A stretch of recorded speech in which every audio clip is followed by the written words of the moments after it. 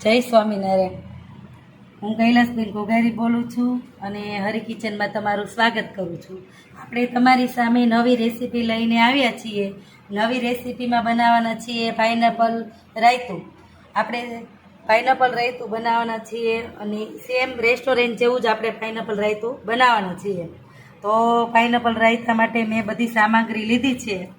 સૌ પ્રથમ પહેલાં આપણે દહીં લીધું છે।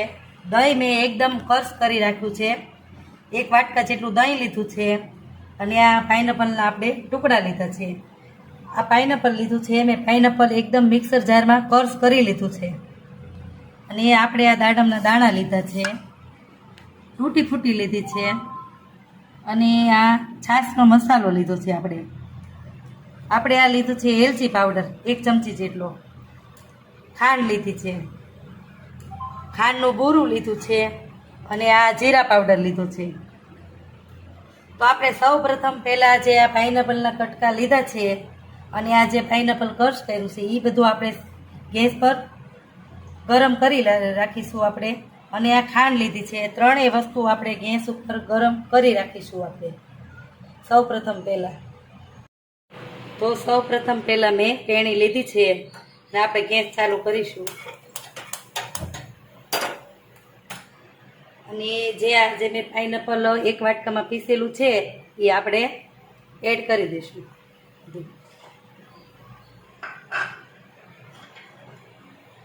હવે આપણે થોડુંક ગરમ થવા દઈશું ધીમે ધીમે અને આપણે આમાં ખાંડ પણ એડ કરી દઈશું।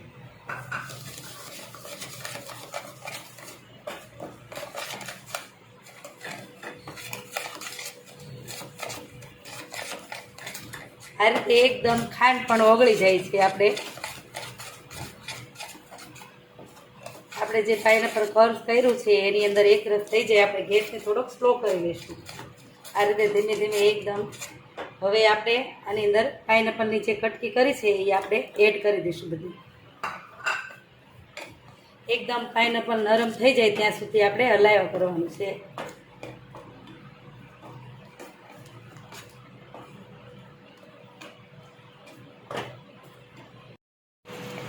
આપણે સરસ રીતે એકદમ એકરસ થઈ ગયું છે અને આપણે પાઇનેપલના ટુકડા પણ એકદમ નરમ થઈ ગયા છે। તો આપણે ગેસને બંધ કરી લઈશું અને એક વાટકામાં લઈ લઈશું।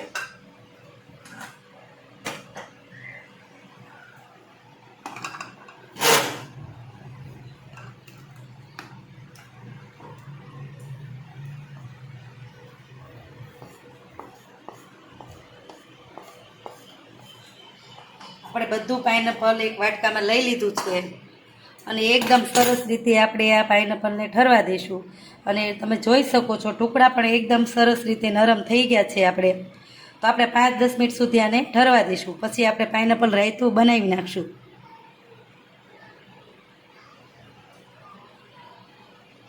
હવે આપણે સરસ રીતે આ પાઇનેપલ આપણે જે સોફ્ટ કર્યું છે એ ઠરી ગયું છે સરસ રીતે।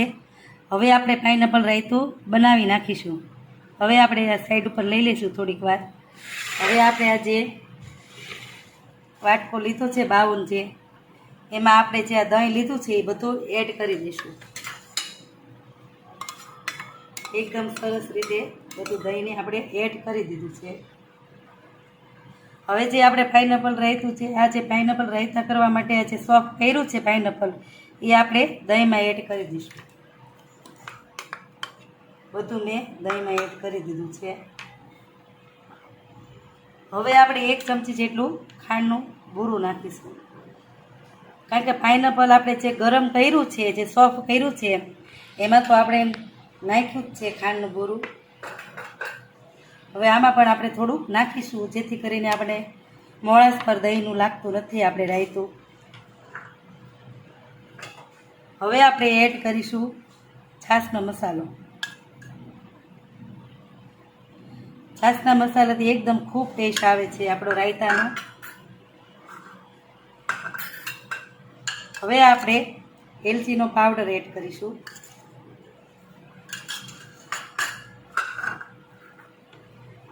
હવે આપણે તૂટી ફૂટી એડ કરીશું।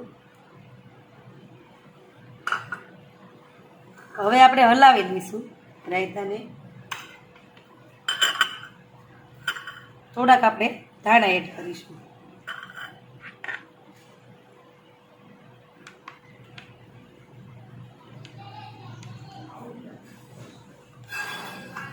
સરસ રીતે આપણું રાયતું બની ગયું છે અને થોડાક આપણે દાડમના દાણા ઉપરથી એડ કરી દઈશું.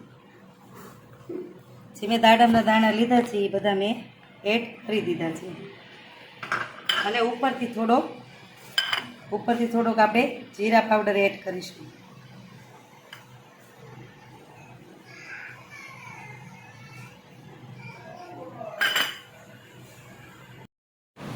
તો થઈ ગયું છે આપણું પાઇનેપલ રાયતું તૈયાર અને આ એકદમ રેસ્ટોરન્ટ જેવું આપણું પાઇનેપલ રાયતું બન્યું છે. અને આ રાયતાને તમે ગમે એ સાથે તમે ખાઈ શકો છો. નાન સાથે, રોટલી સાથે, પૂરી સાથે, ગમે એ સાથે તમે આ પાઇનેપલ રાયતાને તમે ખાઈ શકો છો.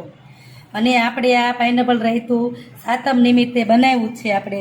અને જો તમને મારા પાઇનેપલ રાયતાની રેસીપી પસંદ આવે તો તમે લાઈક કરજો, શેર કરજો અને સબસ્ક્રાઈબ કરજો.